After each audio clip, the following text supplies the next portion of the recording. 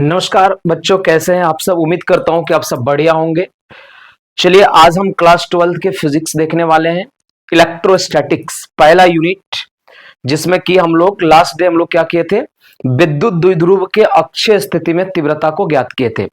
देखिए ये वीडियो थोड़ी सी बड़ी होने वाली है, आप समय निकाल करके वीडियो को पूरा देखिए, क्योंकि जब तक आप वीडियो को पूरा नहीं देखेंगे आपको समझ में नहीं आएगा। वैसे भी कहता है कि अधूरा ज्ञान जहर समान, इसलिए अधूरा ज्ञान आपको नहीं लेना है, देखनी है पूरी वीडियो को। मन बना के बैठिए, पूरा वीडियो देखिए। नहीं देखने का मन करे तो वीडियो को क्लिक करके मत देखा कीजिए, छोड़ दीजिए। अभी ही वीडियो को आप छोड़ के आप इंस्टाग्राम पे रील जाकर के देख लो, शॉर्ट्स देखो, मजा आएगा आपको इसमें। वैसे भी आपको एक लंबा समय जाएगा क्योंकि टॉपिक है, थोड़ा एक्सप्लेनेशन में टाइम लगता है।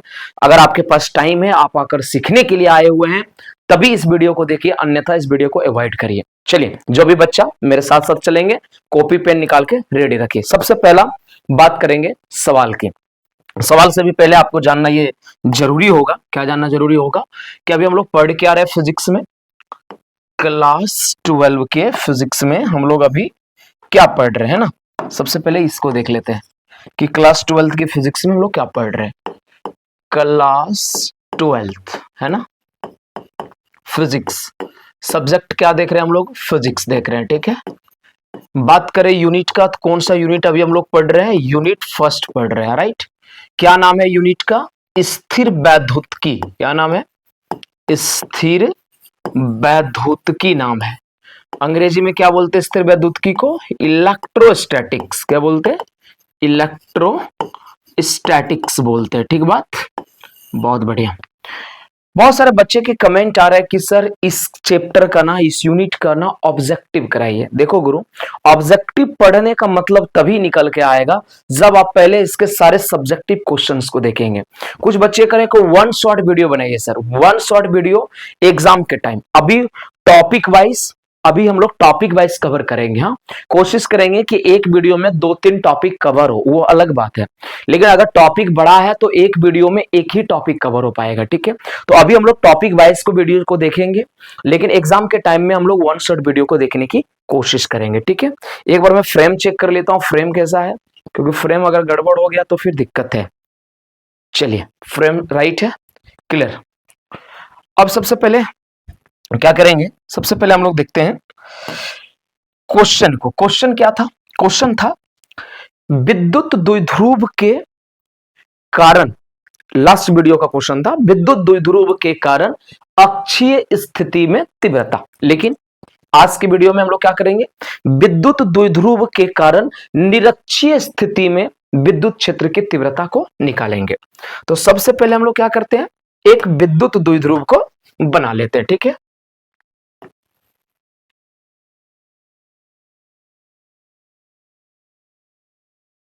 ठीक है, एक विद्युत द्विध्रुव पहले बना लेते हैं हम लोग। विद्युत द्विध्रुव किसे कहते हैं, अगर आप नहीं जानते तो पीछे वाला वीडियो को वॉच करिएगा, आपको समझ में आ जाएगा। दो समान आवेश होता है, जैसे यहां पे Q और यहां भी Q, लेकिन विपरीत प्रकृति के होते हैं। एक अगर नेगेटिव है तो दूसरा क्या होता है, पॉजिटिव होता है, ठीक है बात। मान लेते हैं कि ये पॉइंट A पर चार्ज है और ये पॉइंट B पर चार्ज है। दोनों के बीच के जो मूल बिंदु होते हैं उसको क्या कहते हैं, O कहते हैं। और O से ही 90 डिग्री पर, मान लीजिए कि अगर हम इस पॉइंट पे निकालना चाहते हैं, माना कि P पॉइंट पर हम निकालना चाहते हैं विद्युत क्षेत्र की तीव्रता, तो ये मान लेते हैं O से कितने डिस्टेंस है इसकी, O से डिस्टेंस हम मान लेते हैं स्मॉल r है। तो ये जो O से P बिंदु पर दूरी r दूरी है, यहां पर हमें निकालना है विद्युत क्षेत्र की तीव्रता। क्या निकालना है, विद्युत क्षेत्र की तीव्रता। इसको कहते हैं निरक्षीय स्थिति। तो सबसे पहले आप सवाल लगा लीजिए, सवाल क्या होगा, और ये बहुत इंपॉर्टेंट सवाल होगा। सवाल क्या होगा, विद्युत द्विध्रुव के कारण, किसके कारण, विद्युत द्विध्रुव के कारण, विद्युत द्विध्रुव के कारण निरक्षीय स्थिति में, विद्युत द्विध्रुव के कारण किस स्थिति में, निरक्षीय स्थिति में, विद्युत द्विध्रुव के कारण निरक्षीय स्थिति में, किस स्थिति में, निरक्षीय स्थिति में विद्युत तीव्रता का, विद्युत तीव्रता का व्यंजक प्राप्त करना है। क्या प्राप्त करना है? व्यंजक प्राप्त करना है। ठीक है, ये आपके सवाल हो गए। पिछले वीडियो में हम लोग क्या किए थे? विद्युत द्विध्रुव के कारण अक्षीय स्थिति में तीव्रता निकाले थे, लेकिन इस वीडियो में हम लोग क्या करेंगे? विद्युत द्विध्रुव के कारण निरक्षीय स्थिति में व्यंजक को प्राप्त करेंगे। ये विद्युत द्विध्रुव रहा हमारा। ए बी क्या है? विद्युत द्विध्रुव है, जिसके मूल बिंदु क्या है? O है, और O से R दूरी यानी बिंदु P पर हमें क्या निकालना? विद्युत क्षेत्र की तीव्रता। ये कौन सी स्थिति बोली जाती है? निरक्षीय स्थिति। वैसे भी पिछले वीडियो में मैंने बताया था कि इन दोनों को मिलाने वाली रेखा की स्थिति में अगर हम लेते हैं तो वो क्या कहलाता है? अक्षीय स्थिति। लेकिन जब हम इसके मूल बिंदु से लंबवत लेते हैं तो वो क्या कहलाता है? निरक्षीय स्थिति। थोड़ा सा ध्यान देंगे, इसको मैं रिमूव कर देता हूं, ऐसे लिखता हूं मैं, है ना। आइए थोड़ा सा बढ़िया से ना, यहां से अगर हम एक निरक्षीय स्थिति की कल्पना करें, ये पॉइंट लेते हैं। ठीक है, कौन सा पॉइंट लेते हैं? यहाँ पे माना कि हम यहाँ पे एक पॉइंट कंसीडर कर लेते हैं और वो पॉइंट का नाम दे देते हैं हम P। माना कि हम P बिंदु पर निकालना चाहते हैं विद्युत क्षेत्र की तीव्रता। देखिए सर, एक चीज आप लोग को बता चुके हैं। क्या बता चुके हैं? अगर आवेश धनावेश है, धनावेश बोले तो धन आवेश प्लस, तो उससे विद्युत क्षेत्र रेखाएं परे होती है। परे का मतलब क्या होता है? दूर जाना। और अगर आवेश ऋणावेश है तो विद्युत क्षेत्र रेखा की ओर होती है, मतलब उसके तरफ होती है। इतना बात समझ में आता है? बिल्कुल आता है। आइए अब हम देखते हैं कि क्या होगा यहाँ पे।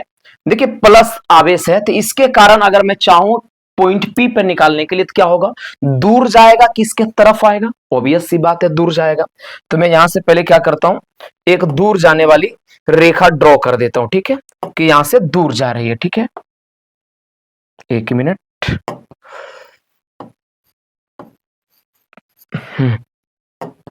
यहाँ पे चार्ज क्या था? प्लस क्यू था, राइट।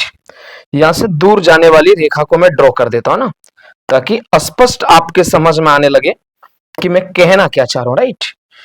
दूर, यहां से क्या होगा? दूर जाएगी ना, ऐसे दूर, दूर जाएगी। क्यों? क्योंकि धन आवेश है तो दूर जाएगी, है ना। अच्छा, अगर ऋण आवेश की वजह से आपसे पूछा जाए कि बताइए ऋण आवेश की वजह से क्या होगा? दूर जाएगी कि उसके तरफ होएगी? उसके तरफ, माइनस के तरफ होएगा। यानी यहां से अगर हम निकालना चाहेंगे तो ऑब्वियस सी बात है कि किधर आएगी? इसके तरफ। किसके तरफ भाई साहब? किसके तरफ? तो माइनस के तरफ आएगी, है ना। किसके तरफ? माइनस के तरफ होगा, इधर होगा। धन आवेश के वजह से हम देखेंगे तो किसके तरफ होगा? दूर जाएगी। ऋण आवेश के तरफ देखेंगे तो उसके तरफ आएगा। ये दो डायरेक्शन आपको समझ में आती है? आती है। अब हम यहाँ पे कंसीडर करके चलते हैं कि जो विद्युत क्षेत्र रेखा है, प्लस के वजह से तीव्रता यहां जो होगी उसको हम मान लेते हैं E1 की। ये क्या है? E1 है। और इसके वजह से जो है इसको हम क्या मान लेते हैं? E2 है। एक बात आपको और मानना पड़ेगा कि ये एंगल कितना बना रहा है। ये एंगल मान लेते हैं कि थीटा बना रहा है, और यहां भी एंगल कितना बना रहा है? थीटा बना रहा है। ठीक बात। तो देखिए, ये कोण थीटा और ये कोण थीटा है, तो यहां जो टोटल एंगल बनेगा ना, टोटल एंगल बनेगा, थीटा और थीटा मिला के, कुल मिला के यहाँ पे 2 थीटा का एंगल क्रिएट होगा। कितना एंगल क्रिएट हुआ? 2 थीटा का। मन में सवाल आता है कि सर कैसे? देखिए कैसे आता है, तो कैसे का जवाब मैं दे रहा हूं आपको, ध्यान दीजिएगा। यहां से एक रेखा खींच दीजिए आप ऐसे करके। क्या खींच दे? रेखा। अब देखिए यहाँ पे 2 एंगल बन रहा है। क्या? कौन कौन सा एंगल बन रहा है? आप ध्यान अगर देंगे बढ़िया से तो आपको समझ में आएगा। एक ऊपर में बन रहा है यहाँ पे ये ग्रीन लाइन के साथ, और एक आप देख सकते हैं जो कि बन रहा है किसके साथ? रेड लाइन के साथ बन रहा है यहाँ पे नीचे। ठीक है, अगर आप ध्यान देंगे तो ये कोण थीटा है, तो ये भी कोण थीटा होगा, क्योंकि ये एकांतर कोण हो गया। क्योंकि हम लोग 9th में पढ़े हैं कि दो समांतर रेखा को कोई तिर्यक रेखा प्रतिच्छेद करे तो इस प्रकार बने ये एकांतर कोण आपस में समान होता है। अगर ये कोण थीटा है तो ये भी कोण क्या होगा? थीटा होगा। ठीक है, तो ये एकांतर कोण के वजह से क्या हो गया? बराबर हो गया। ये कोण थीटा है तो यहाँ का भी कोण क्या होगा? थीटा ही होगा। तो थीटा और थीटा ये टोटल कोण कितना हो गया? 2 थीटा हो गया। मैं उम्मीद करता हूं कि ये एंगल आपको समझ में आ गया होगा। ठीक है, एंगल समझ में आ गया। अब हम लोग क्या करेंगे? एक एक करके तीव्रता को निकालेंगे, लेकिन तीव्रता निकालने से पहले क्या करेंगे? कुछ बातें हम लोग को लिखना पड़ेगा। क्या लिखना पड़ेगा सर? आइए देखते हैं क्या लिखना पड़ेगा। इसको थोड़ा रिमूव कर देता हूं, है ना। अब समझिएगा जरा, प्रश्न आप वीडियो को पॉज करके नोट कर सकते हैं। समझिएगा, यहाँ पे कुछ बातें हमें लिखना पड़ेगा। क्या लिखना पड़ेगा? माना कि, ध्यान दे, तो माना कि ए बी हमारा क्या है? माना कि ए बी क्या है? तो ए बी हमारा विद्युत द्विध्रुव है, यहां लिखेंगे माना कि ए बी एक क्या है, ए बी एक विद्युत द्विध्रुव है। क्या है? विद्युत द्विध्रुव है, विद्युत द्विध्रुव है। ठीक है, जिसका मूल बिंदु, आप ध्यान दें, जिसका मूल बिंदु, जिसका मूल बिंदु क्या है? ओ है। जहां से, यानी ओ से, जहां से आर दूरी, बिंदु पी, आर दूरी लेकिन बिंदु क्या है? ध्यान देंगे, बिंदु पी कौन स्थिति है? निरक्षीय स्थिति है। कौन सी स्थिति है? निरक्षीय स्थिति में क्या निकालना है? निरक्षीय स्थिति में क्या ज्ञात करना है? विद्युत क्षेत्र की, क्या ज्ञात करना है? विद्युत क्षेत्र की तीव्रता ज्ञात करना। क्या ज्ञात करना? विद्युत क्षेत्र की तीव्रता ज्ञात करनी है। ठीक है, यहां तक की बातें समझ में आता है। हमें यहाँ पे बिंदु पॉइंट पी पे हमें क्या निकालना? विद्युत क्षेत्र की तीव्रता निकालना है। ठीक है सर, यहां तक की बातें समझ में आती है। तो सबसे पहले हम देखेंगे प्लस क्यू के वजह से कितनी तीव्रता होती है। प्लस क्यू के वजह से, प्लस क्यू के कारण, प्लस क्यू के कारण कहां पे? बिंदु पी पर, बिंदु पी पर विद्युत क्षेत्र की तीव्रता, विद्युत क्षेत्र की तीव्रता। आप सब पढ़े हैं कि एकल बिंदु आवेश के कारण अगर तीव्रता निकालनी हो तो सूत्र क्या होती है? के क्यू बटे दूरी का स्क्वायर। दूरी कितना है यहां से यहां तक? बी से पी की दूरी, तो हम क्या लिख देंगे फिलहाल? बीपी का स्क्वायर। अभी दूरी हम नहीं माने तो क्या लिख देंगे? बीपी का स्क्वायर। वैसे ओ से पी की दूरी आर मान चुके हैं जो तीव्रता निकालना है, और आप सब ये जानते हैं कि विद्युत द्विध्रुव में ओ से यहां की दूरी हम एल लेते हैं और ओ से ए की दूरी भी एल लेते हैं। अगर आप बात करें कि ये समकोण त्रिभुज बन रहा है, क्या बन रहा है? पीओबी एक तरह का समकोण त्रिभुज है। समकोण त्रिभुज में ये क्या है? आधार है और ये लंब है। पाइथागोरस प्रमेय से बात करें तो कर्ण बराबर क्या होगा? लंब का आधार का स्क्वायर, लंब का स्क्वायर आर स्क्वायर और प्लस आधार का स्क्वायर। होता है कि नहीं होता है? बिल्कुल होता है। देखिए E1 बराबर क्या आ गया? के क्यू बटे बीपी स्क्वायर। इसका डायरेक्शन क्या है? बी से पी की ओर, तो यहां लिख देंगे बीपी की ओर। क्या लिख देंगे? बीपी की ओर। ठीक है, यहां तक समझ गए। E1 बराबर, ध्यान दीजिए, क्या हो जाएगा? के क्यू बटे बीपी। बीपी का मान देखिए क्या? रूट अंडर, बीपी का मान है root under R square plus L square. अब पूरे पर क्या दे देंगे? स्क्वायर। किधर? दिशा क्या होगी? बीपी की ओर, यानी दूर जा रहा है। स्क्वायर से रूट कैंसिल हो जाएगा, तो E1 का मान कितना आ जाएगा? के क्यू बटे R square plus L square. दिशा क्या है? बीपी की ओर। अभी तक हम लोग क्या निकाल चुके हैं गुरु? अभी तक हम लोग निकाल चुके हैं किसके बारे में? प्लस क्यू के वजह से पी बिंदु पर तीव्रता कितनी होगी। अब हम लोग ज्ञात करेंगे किसके वजह से? माइनस क्यू के कारण। किसके कारण? माइनस क्यू के कारण, माइनस क्यू के कारण बिंदु पी पर। कहां पे?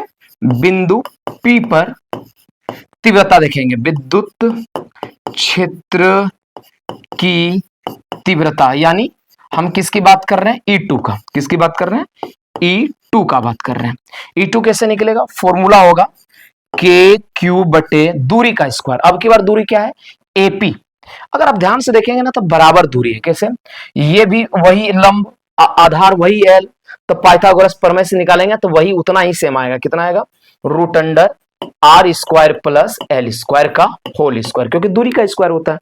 डायरेक्शन क्या होगा? पी से ए की ओर, तो यहां पर लिख देंगे पी ए की ओर। ठीक है, ये बात क्लियर होता है। स्क्वायर से रूट कैंसिल, तो E2 का मान कितना हो जाएगा अब की बार?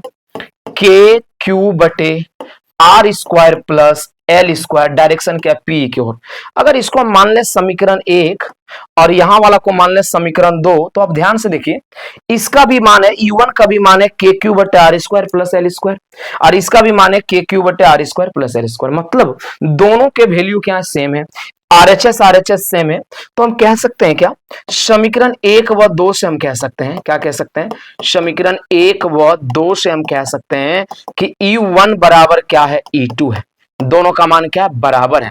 और इसके बराबर में हम मान लेते हैं E, मतलब E1 और E2 बराबर है, जिसके बराबर में हमने क्या मान लिया? E। हम मान लेते हैं कि E1 का मान किसके बराबर है? E के बराबर, और E2 का भी मान किसके बराबर? E के बराबर। अगर ये लाइन आपको समझ में नहीं आ रहा तो मैं ऐसा करता हूं, इसको रिमूव कर देता हूं, क्योंकि हो सकता है दिमाग में कंफ्यूजन बनाएगा। तो इतना ही सिर्फ समझ लीजिए कि E1 बराबर क्या हो गया, E2। E1 बराबर E2, यानी E1 के जगह पर E2 यूज कर सकते हैं और E2 के जगह पर E1, जहां जरूरत पड़े ना। तो ये बात हम लोग को समझ में आ गया। अब देखिए P बिंदु पर हमें निकालना होगा परिणामी तीव्रता। क्या निकालना पड़ेगा, परिणामी तीव्रता। हाँ तो बच्चों मैं बात कर रहा था परिणामी तीव्रता निकालने की। आइए परिणामी तीव्रता कैसे निकालते हैं इस सूत्र के बारे में आपको बात बताते हैं।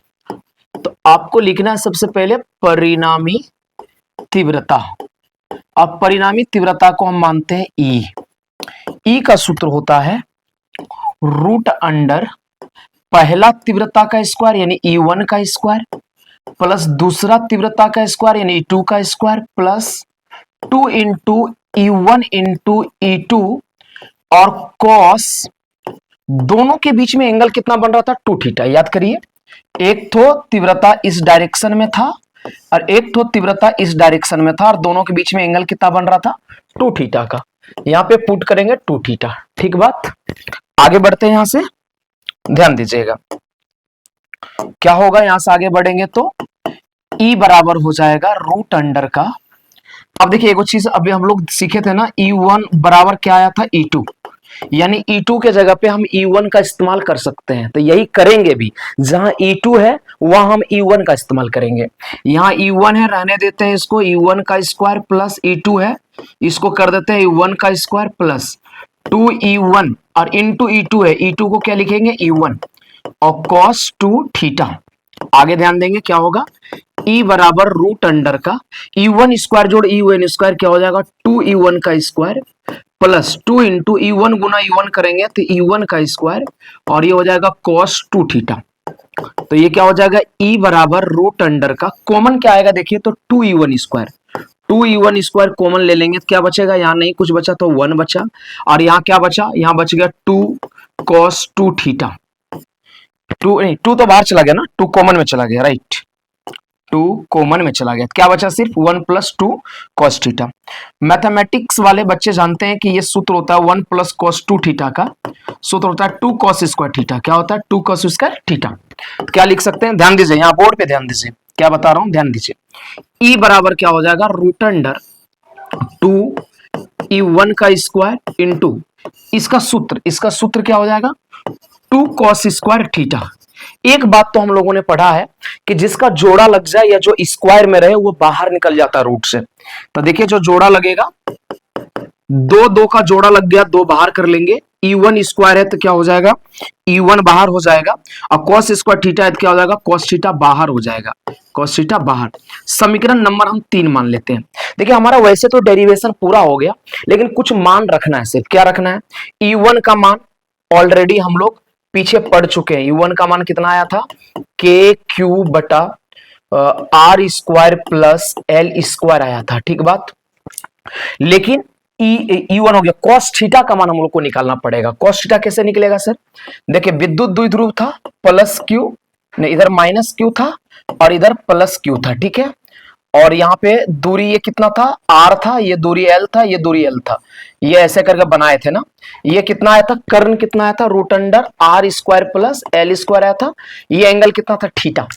तो क्या ये समकोण त्रिभुज नहीं है, ये था ए, ये था बी, ये था ओ, ये था पी।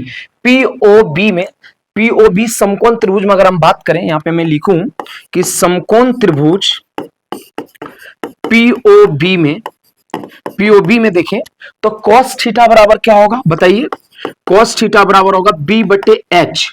cos थीटा बराबर b मतलब होता है आधार, आधार कितना है इस थीटा के लिए, l, और h कितना है, root under r square plus l square. हमारे पास देखिए E1 है, हमारे पास cos थीटा है, हम क्या करेंगे, इसके मान को पुट कर देंगे समीकरण 3 में।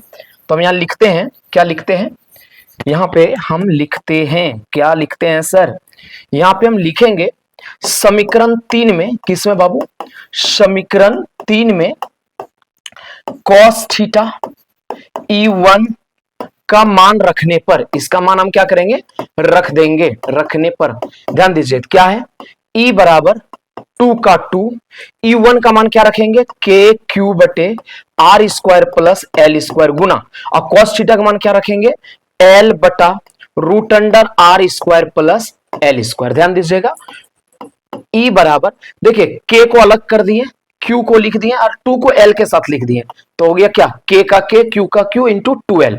यहां तक की बातें समझ गए? ये क्या, R square in plus L square है, ठीक है। और यहाँ क्या है, R square plus L square है, लेकिन अंडर रूट है, अंडर रूट है तो पावर कितना दे सकते हैं, 1/2, अंडर रूट का पावर 1/2, या नहीं कुछ तो एक है, 1 और 1/2 को जोड़िए आप, 1 और 1/2 को जोड़ेंगे तो 3/2 आएगा, है ना। तो ई बराबर क्या हो गया, के। इसका सूत्र जानते हैं, एक दिन बताए थे, पी बराबर होता है क्यू गुना 2L। तो बताइए क्यू गुना 2L को क्या लिख सकते हैं, पी क्या होता है, विद्युत द्विध्रुव आघूर्ण।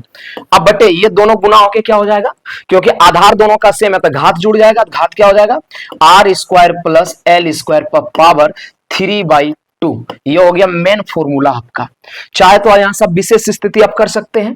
क्या होता है विशेष स्थिति, आपको पढ़ा चुके हैं पहले से भी हम। विशेष स्थिति किसको कहते हैं, यदि ना, यदि आर बहुत बड़ा हो जाए और एल छोटा हो जाए, तो ऐसी स्थिति में एल का मान लगभग कितना लिया जाता है, 0 लिया जाता है। तब क्या होगा, ई बराबर, तब क्या होगा, ई बराबर हो जाएगा के पी बटा R square power L square, तो 0 हो गया, पावर क्या 3/2, 2 से 2 कट गया, क्या बच जाएगा, के पी बटा आर क्यू, के पी बटा आर क्यू। यानी ये ई का फॉर्मूला निकल गया निरक्षीय स्थिति के लिए। अक्षीय स्थिति में यहां 2 आया था, निरक्षीय स्थिति में 2 नहीं आया। तो ये रहा आपका विद्युत द्विध्रुव के कारण निरक्षीय स्थिति में तीव्रता का व्यंजक। नेक्स्ट वीडियो में हम लोग अन्य स्थिति का व्यंजक देखेंगे। तो ये वीडियो आपको कैसा लगा कमेंट में जरूर बताइएगा। और एक बात मैं बोलूंगा कि अभी तक आपने व्हाट्सएप और टेलीग्राम ज्वाइन नहीं किया है, वीडियो के डिस्क्रिप्शन में लिंक दिया गया है, ज्वाइन कर लीजिए। वहां आपको स्टडी मटेरियल और लगातार ऑफलाइन ऑनलाइन बैचेस के अपडेट्स आपको मिलते रहेंगे। और एक बात बोलूंगा, वीडियो बनाने में बहुत मेहनत लगता है, बहुत समय लगता है। इस मेहनत को, अगर मेरे मेहनत का कदर आप करते हैं तो मैं आपसे गुजारिश करूंगा कि इस वीडियो को ज्यादा से ज्यादा आप शेयर करिए, ताकि मेरा मोटिवेशन बढ़ सके और लगातार मैं आपको इस तरह से पढ़ाता रहूं। जय हिंद, जय भारत।